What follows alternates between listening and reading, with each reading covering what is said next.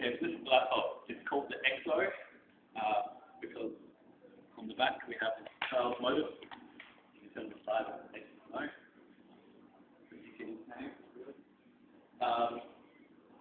And it runs Linux. Top Linux is this operating interface called Sugar. It's all written in Python.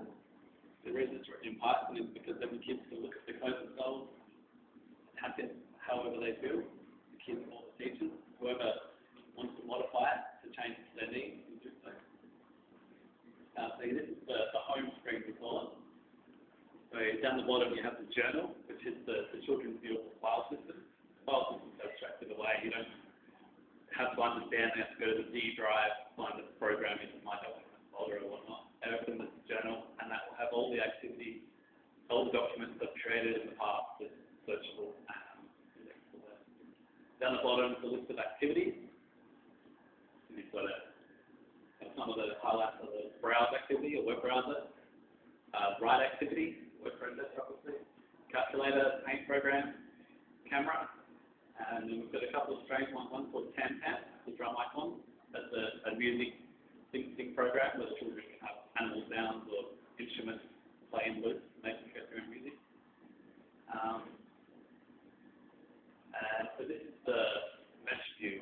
One of the features of the laptop is we have wireless mesh networking, which means that the laptop on this side of the room and that laptop on that side of the room that can't talk together can be supplied by the laptop in the middle of the room, routing packets across it to be able to keep on network connectivity. The idea being that when kids go home, kids on side of the village can still talk together because their mates in between all have their laptops. So one of the downfalls of that model is that when the kid goes to bed, their phones lose connectivity.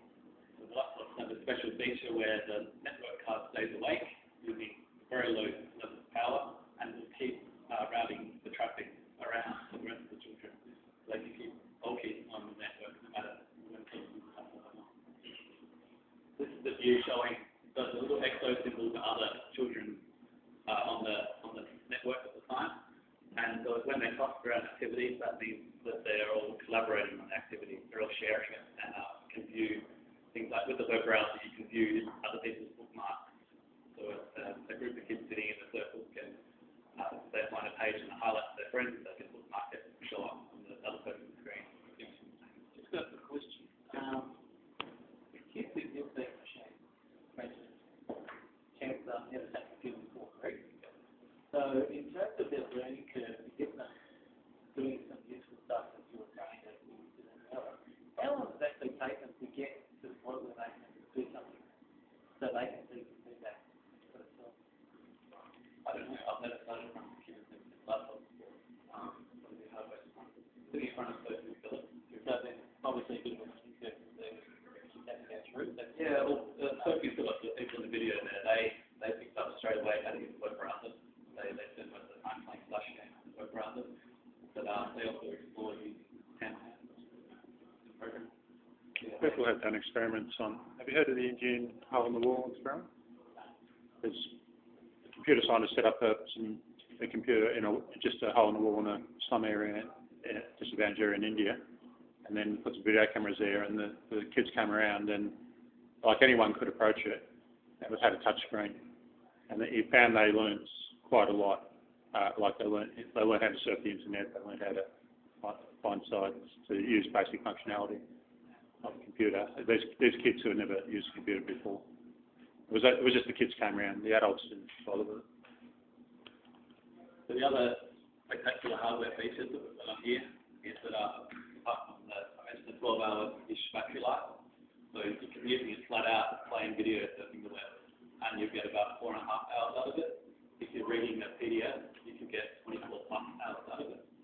And so there's a very question in between depending on what you're doing with it. It achieves that by doing things like having a sunlight readable screen that doesn't need a backlight.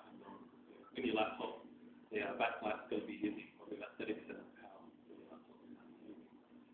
So you turn the backlight off and you save all the power. With most laptops, you can't see what's happening on the screen. It's a backlight. So this has technology where the light coming in will reflect off the back of the LCD and enable you to read it in the sunlight. And so it will look as good as a printed newspaper in sunlight. Personally, I think it's better. I use the last semester to put up and selling my exam, and it's worked fine. And one of the other hardware things we've got is the bottom here is this eventual touchpad on your laptop. But the whole thing is a stylus input. So potentially there's applications like handwriting input, drawing currently on the system, using a stick or a fingernail switch or a definition stylus. And going through a couple of the activities that are on that. This one's called Turtle Art. I think of it as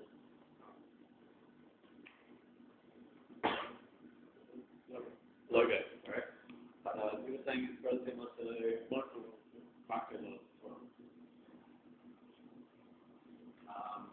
This one we call measure, so science-based activity, using the microphone input of the laptop to measure sine waves. And so the demo I do with it is whistle in front of the laptop, and it will change the varying pitch frequency of the sound coming in there. You can also use it as a voltage probe.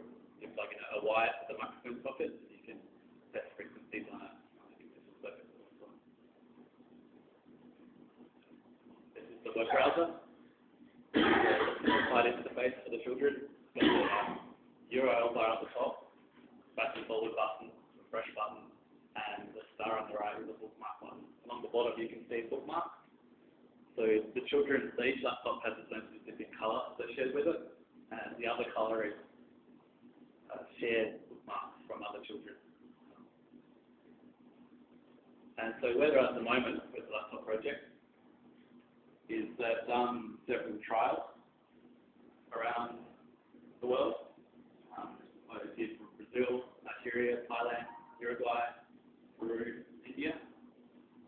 And so they're all countries that are prospective buyers for the laptop. But they've since been in the trial of the kind of qualification. Some like Thailand dropped out. But others have committed to buying laptops.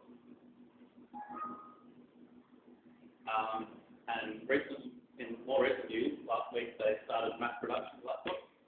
This week they're making 20,000 of them, which will, part of them will go out to more trials around the world, but the other half of it is something called give one, get one.